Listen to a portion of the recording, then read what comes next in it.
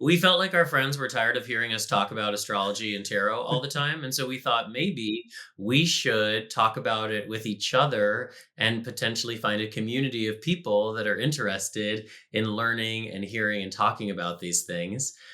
Because you could just see our friends rolling their eyes whenever we talked about astrology. And so instead of making them annoyed with us, we took it to each other. But the deeper origin of this is that astrology is something that brought us together as a couple, and we're always learning and growing as astrologers. And we wanted to create a container to help each other delve more deeply into the astrology of now and offer each other the opportunity to learn from our own individual strengths. And the podcast kind of was born out of that. Yeah. Yeah. I mean, we've been together for 15 years as a couple. So it was about like 8 years in that we were like, let's really put our relationship to the test and start a podcast together. um, but Yeah, it's been pretty rewarding and amazing. And it's given birth to a lot of other aspects of, the spiritual gaze community, as you totally. said, which we never really considered or anticipated.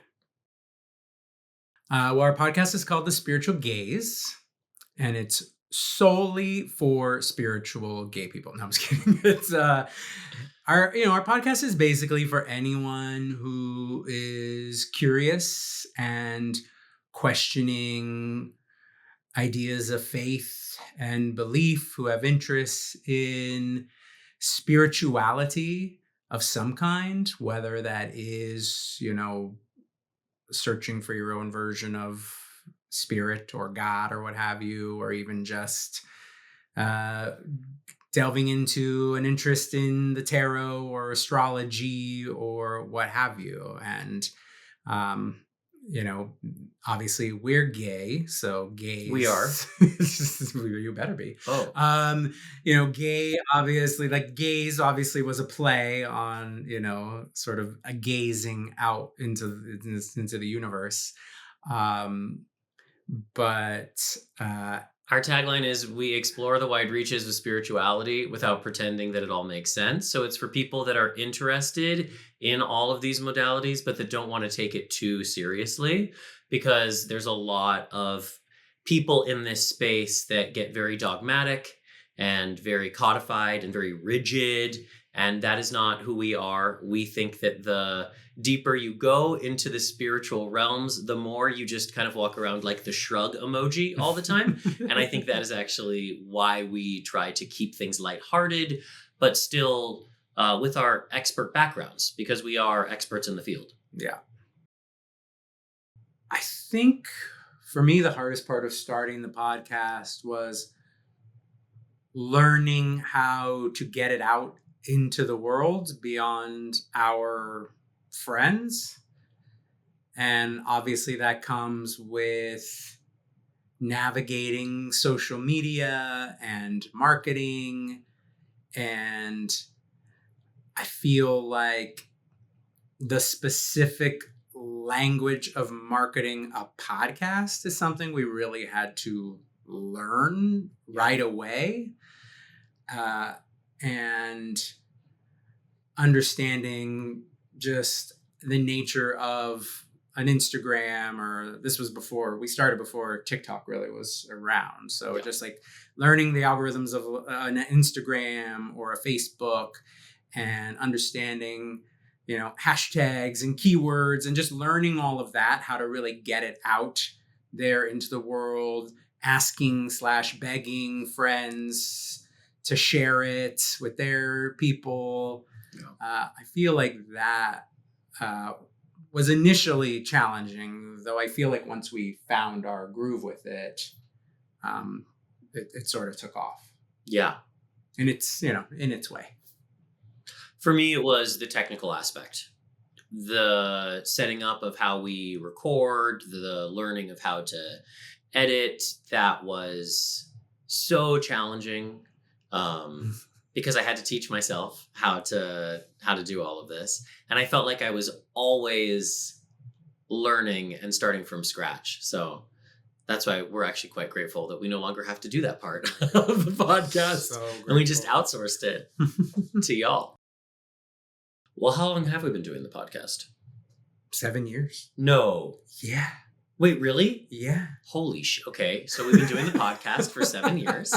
We took a break. Yeah. We took an extended break. For what, like a year? Yeah, about a year. Like there was like one episode, and then we took a 6-month break, and then there was another episode. And then we took another 6-month break.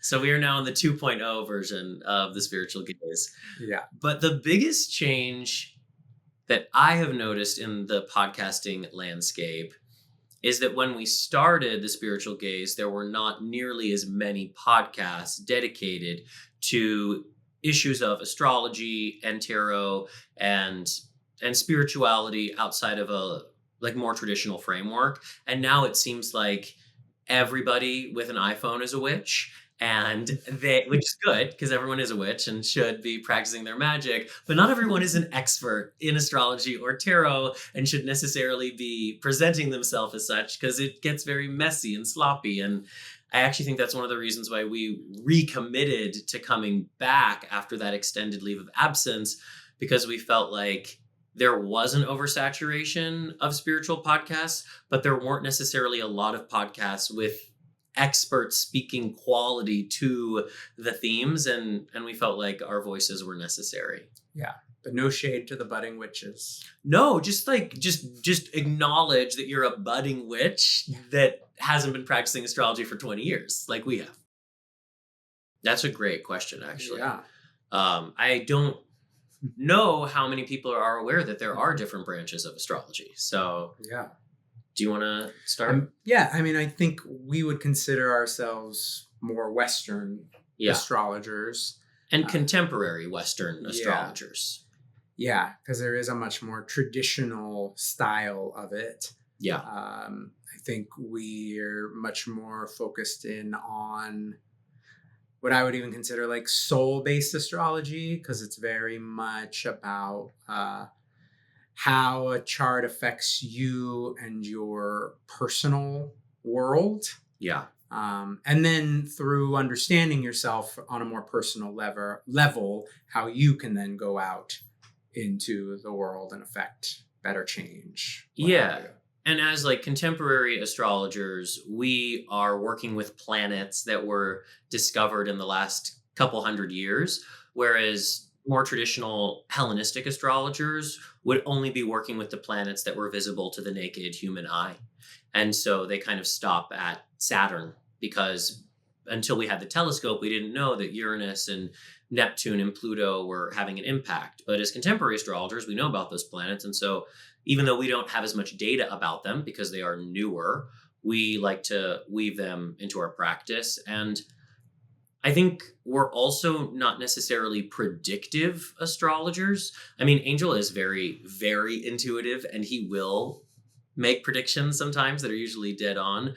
But for us, astrology is more about reporting the weather. Like, this is what's happening, and these are potential interpretations.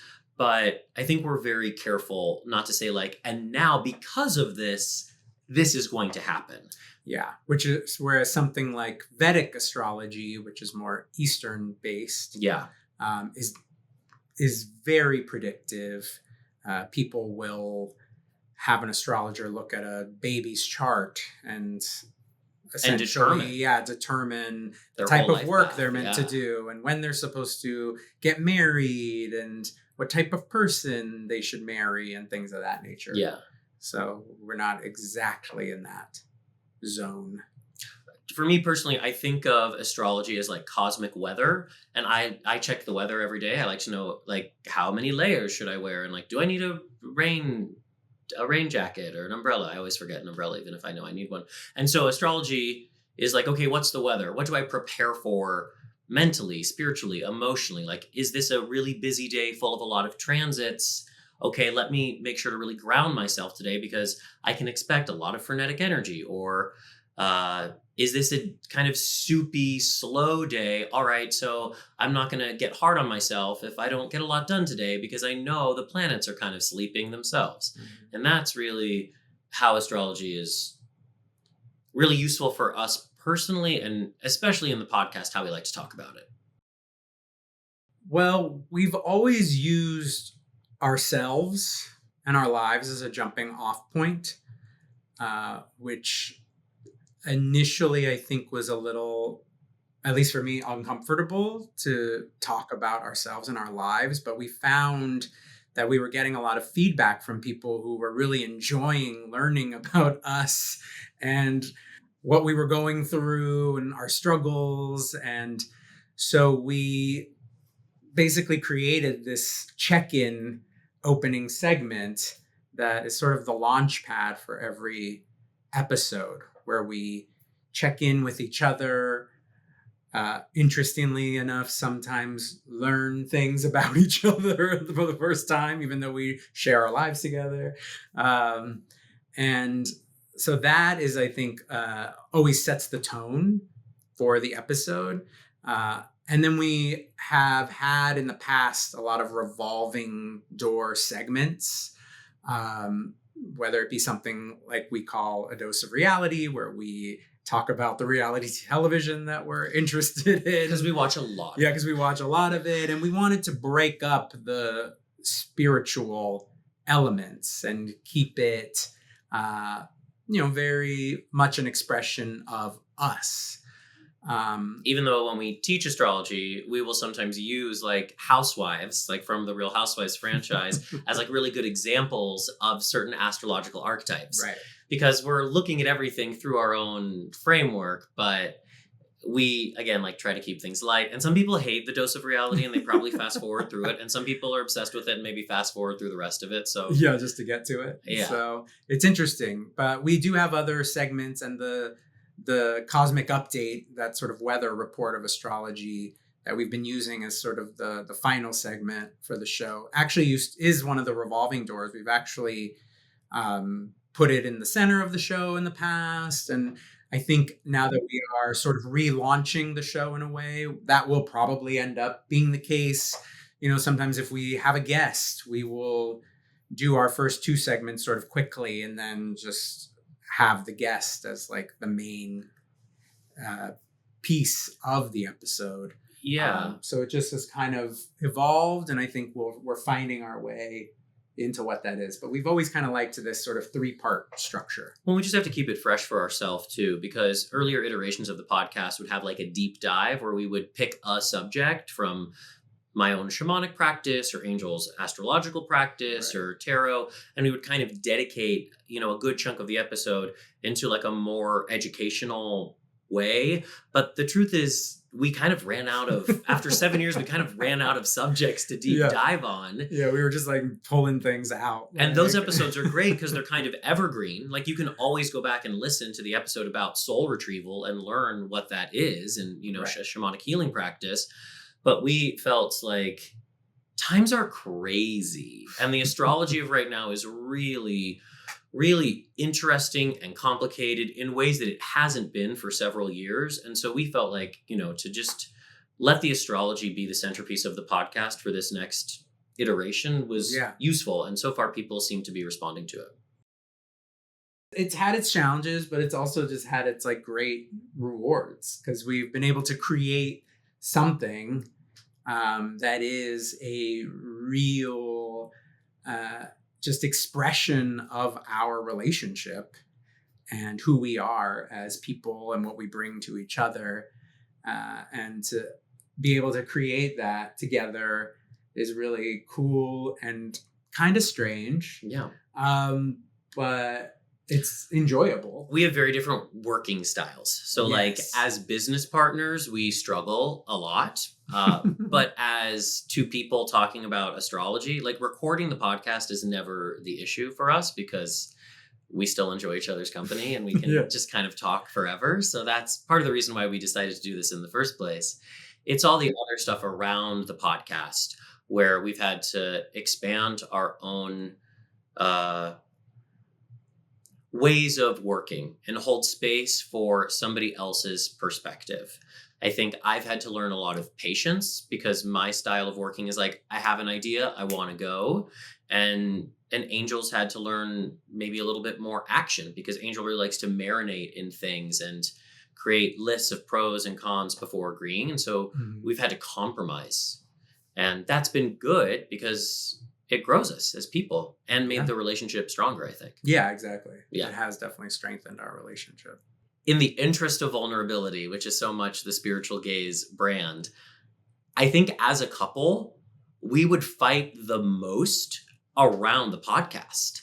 Like as a couple, we don't fight that much. And it was really about the business aspects of the podcast. And I don't mean even business like marketing or financial stuff. It was just the like technical setup and just different ideas about the kind of minutia of the podcast that would really get us both kind of like digging in.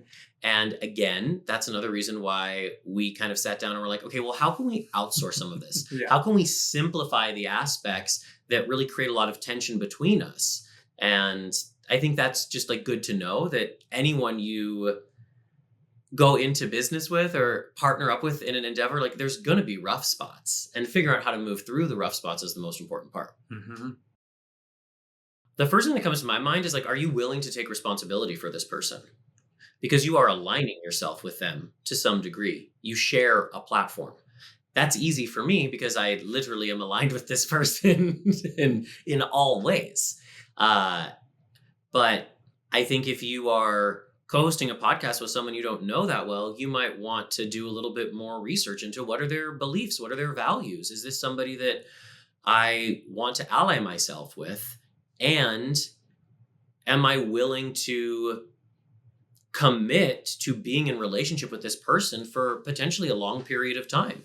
Because if you start a podcast, if you're putting the effort in, you probably want it to go for a while. So is this somebody that you can see yourself growing with? And again, because we're married, all of those questions were kind of already answered 15 years ago, you know? Yeah.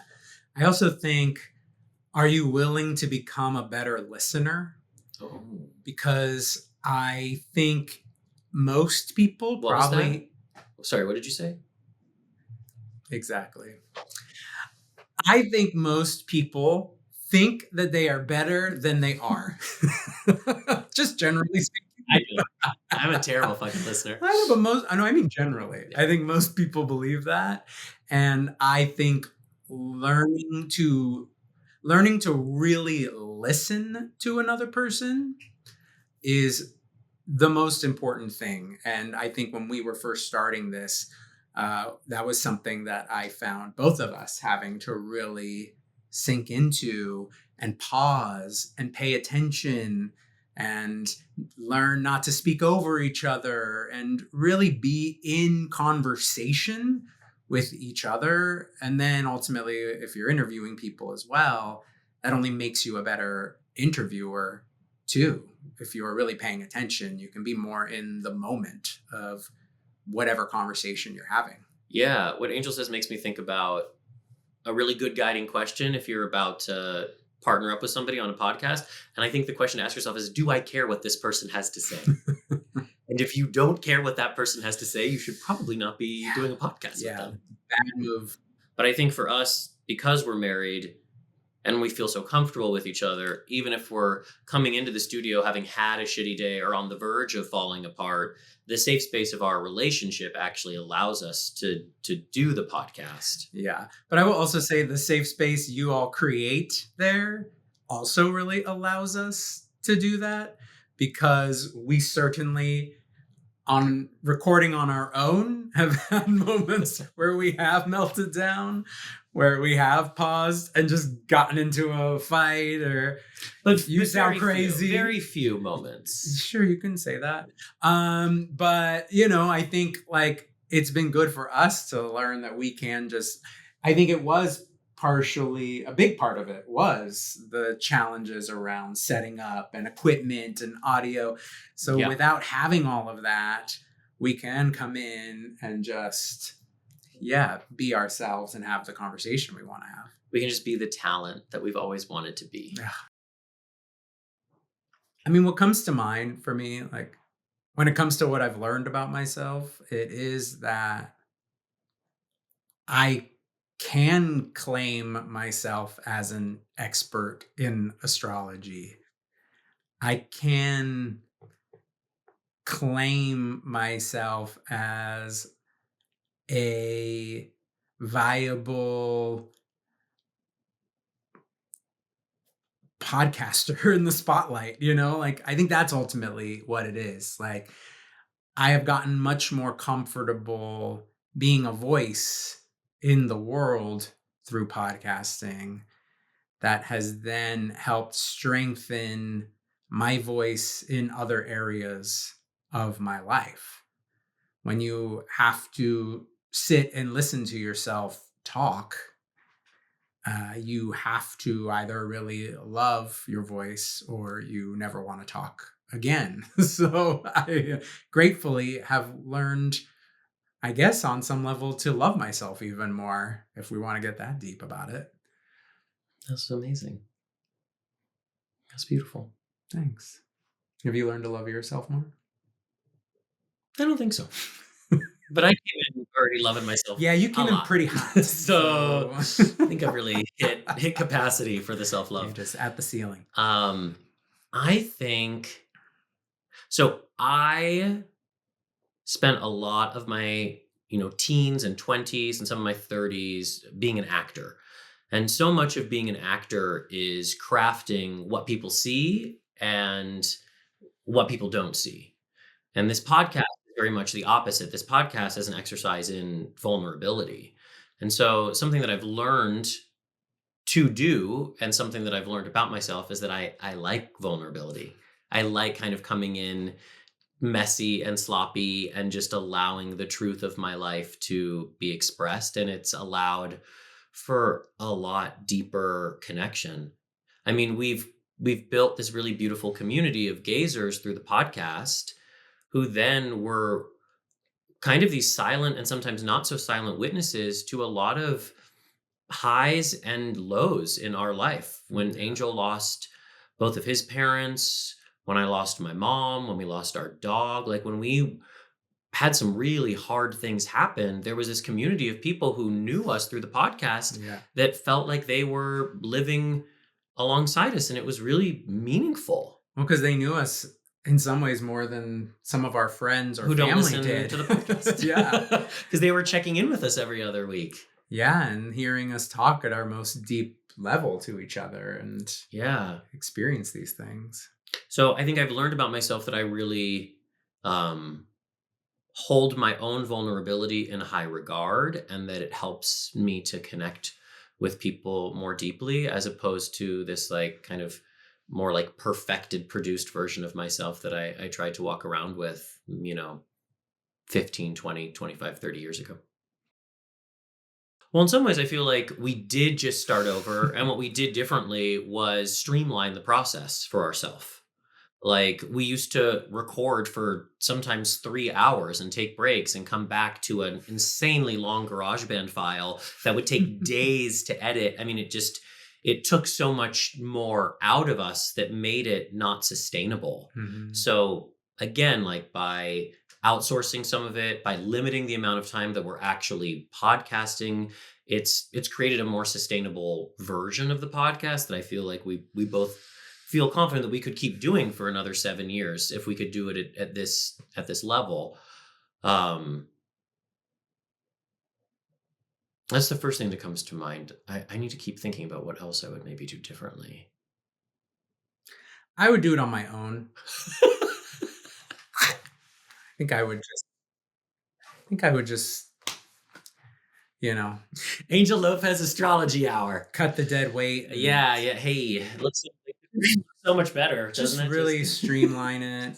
Take the spotlight solely for myself. No, no.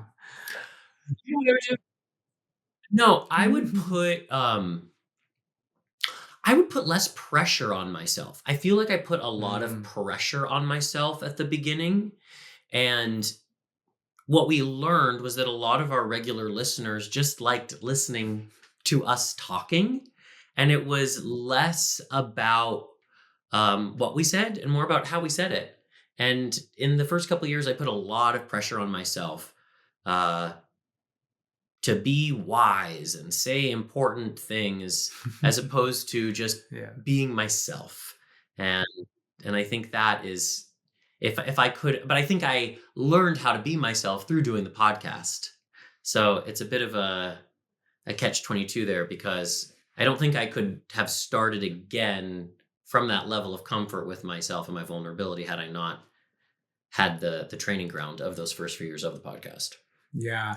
I think that's good. I think in a way I would say I would have more fun with it if I yeah, and I feel like we are now, but it was so stressful in the beginning, Yeah. especially around who's listening. I was very obsessed with the analytics and He really was. has it grown? Has it this? Has it that? What do we need to do? Like, why are people listening more on a Tuesday? What do we need to do? Am I putting more, and I got so overwhelmed by all of that it would cloud my day, not being able to fully understand it, or we need to do more. And I think releasing some of the pressure around that, not being so overwhelmed with the idea of who's listening.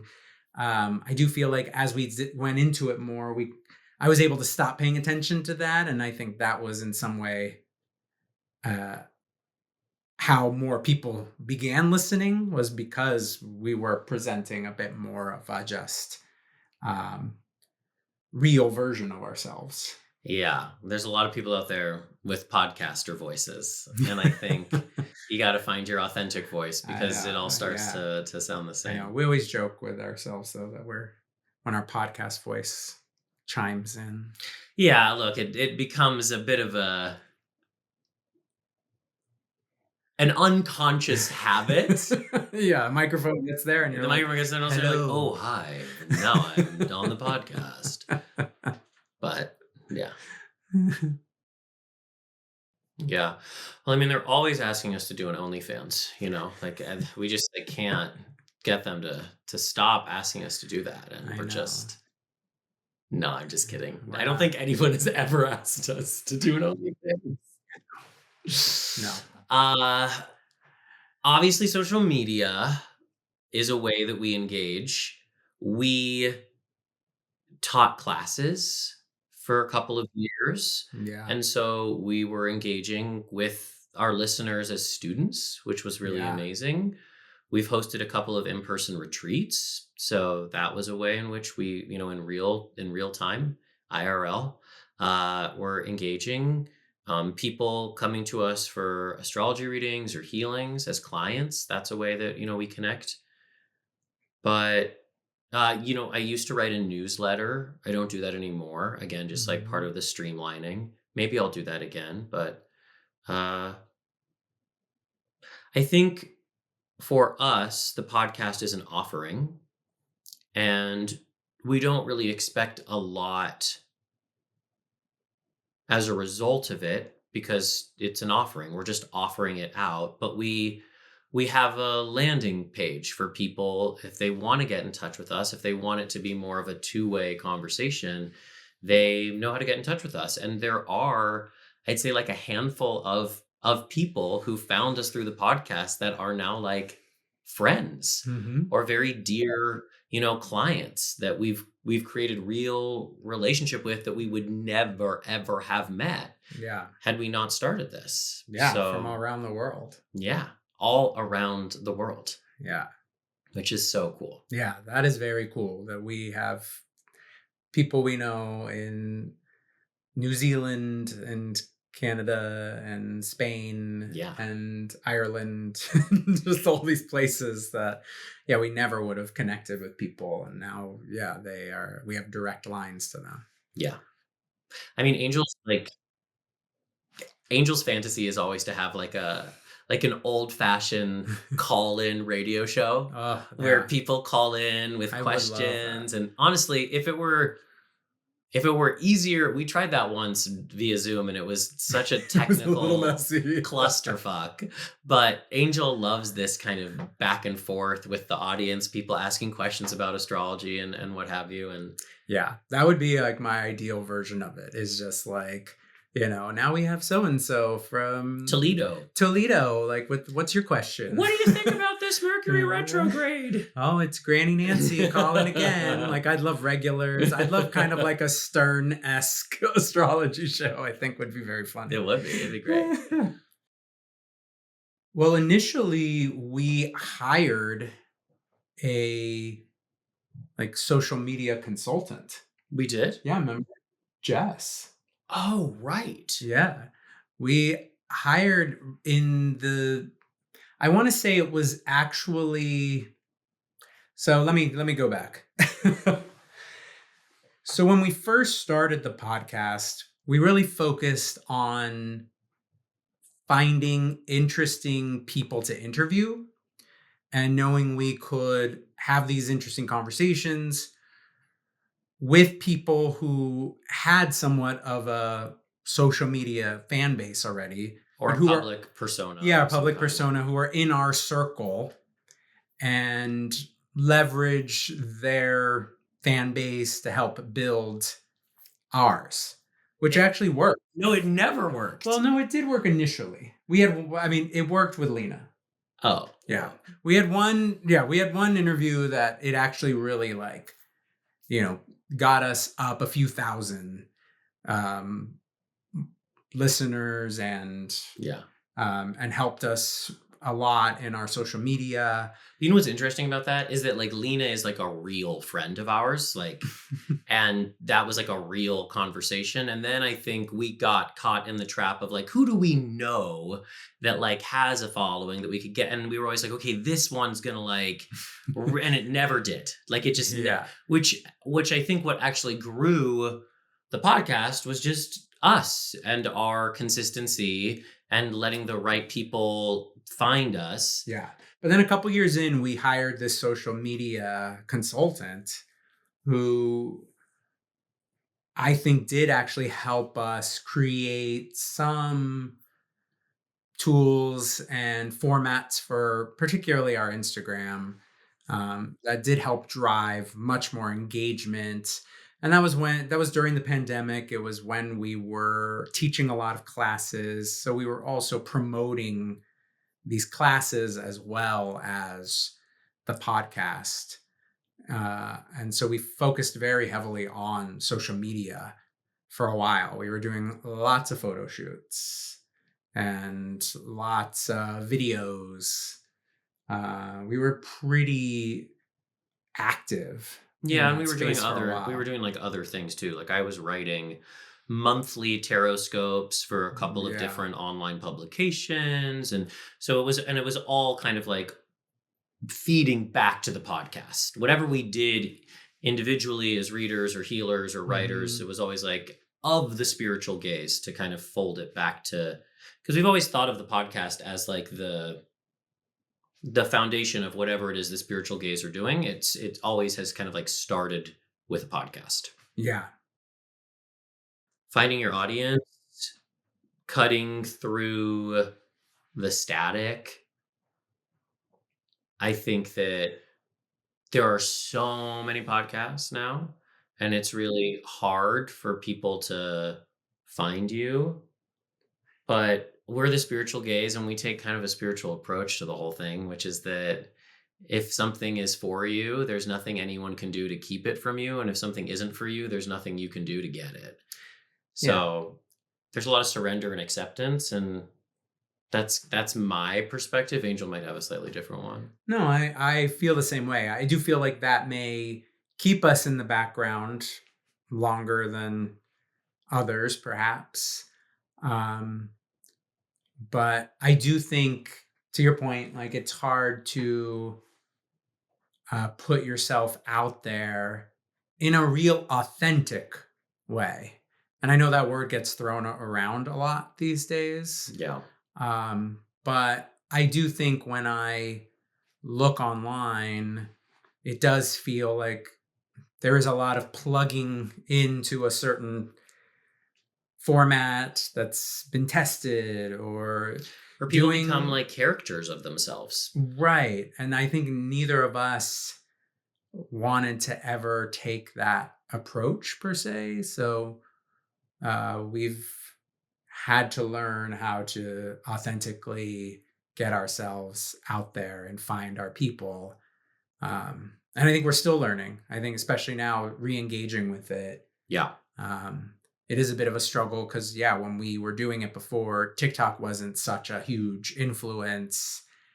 And uh, yeah, a lot of things have changed in that landscape that I think we're having to figure out how to fit our way into. Yeah. But I would just, Or not. yeah. I think it's important to be clear, like what your goals are, and like be clear with yourself about why are you doing this in the first place. And I think for us, because we were always very clear that this was just an offering, and yes, it's part of our business, but it's not the only part of our business. And so that's given us permission to allow it to grow organically. And I think if we had come into doing this to like become famous or wildly wealthy, like we probably would have stopped when we realized like this is not the road to doing any of that. And that's okay. Yeah. Because it's taught us so much about ourselves, and it's really rewarding in so many ways that we couldn't have kind of imagined when it was just this idea about us talking in our own spirit room in our own house about astrology, and just seeing who else was curious and wanted to listen in to these conversations that we were having. Well, we are working intuitives, so you have to imagine our DMs can get pretty bizarre. People looking for a lot of free advice and counsel. And because we are in a like, new age, for lack of a better phrase, spiritual space, we can attract some very specific characters. Yeah. So I'm trying to think about like one good example of something super. Do you have one? No, I don't. I mean, but this isn't just like because we have a podcast. This is more about like social media. Like there were a couple of faceless profiles who would create these regular DMs with us. And over years, we would kind of like build a relationship with these like faceless profiles. Like we still never know who some of those people no idea who they were, but they would like write a lot and like be kind of like forthcoming, and we couldn't help but like respond back. But after a while, I kind of turned to Asia and I was like, I can't do this anymore. Like, I can't have this like relationship with this like faceless ghost, That was pretty weird. And that was not just one, like there were quite a few of those in the ether. Oh, I already know it for me. Oh, you do? Oh, I already know. Oh, yeah. Who would you swap? Well, I mean, I don't want to like take this from her because she does it so well, but Sandra Bernhardt has a podcast called Sandyland on the Sirius XM network, and that I want the Sandra Bernhardt podcast where she literally just talks about her life. She takes calls from guests and then she like interviews somebody. I mean, that is. But I'm also just such a huge Sandra Bernhardt fan. I'd love to just live in Sandyland. And for me, though, I don't know entirely why, or if I don't want all of the aspects of it, and it's kind of also feels like a kind of generic answer at this moment, and you probably don't even know who I'm talking about, but the basement yard, I think. Who? The basement yard is these two guys, they're friends. One of them, Joe Santagato, had like a big social media following. I used to follow him. He would do kind of these talking head comedy things, and now they like do shows that like they just sold out Radio City Music Hall to have a conversation. They sold out the 2 nights at the Wiltern here. But their show is just very like even more off the cuff, them just bullshitting for like an hour and they're basically making each other laugh for like an hour. And everyone, they have such a huge following and people like really adore them because they are so themselves. And I admire just like how ridiculously themselves they are. All right, well, I'll listen to that. I can't help but to just think like, who do I want to interview, right? Like who would I like to sit down and have a conversation with? And my mind then usually goes to a pop diva. So I love, like, I actually would really love to have a conversation with Ariana Grande and just kind of like to crack that surface a little more and talk to her because I know she's also into astrology. Um, I'd love to talk to Lady Gaga. I'd love to like talk to some of these like big celebrities, but have like conversations with them that are very real, but also cosmic. Mm-hmm. Mm-hmm. That's where my brain goes.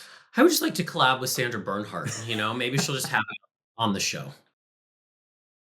Well, I think already, as you said, like have a good goal in mind, or just right, like Just know what your why is. yeah, And know what your why is. I think is really good.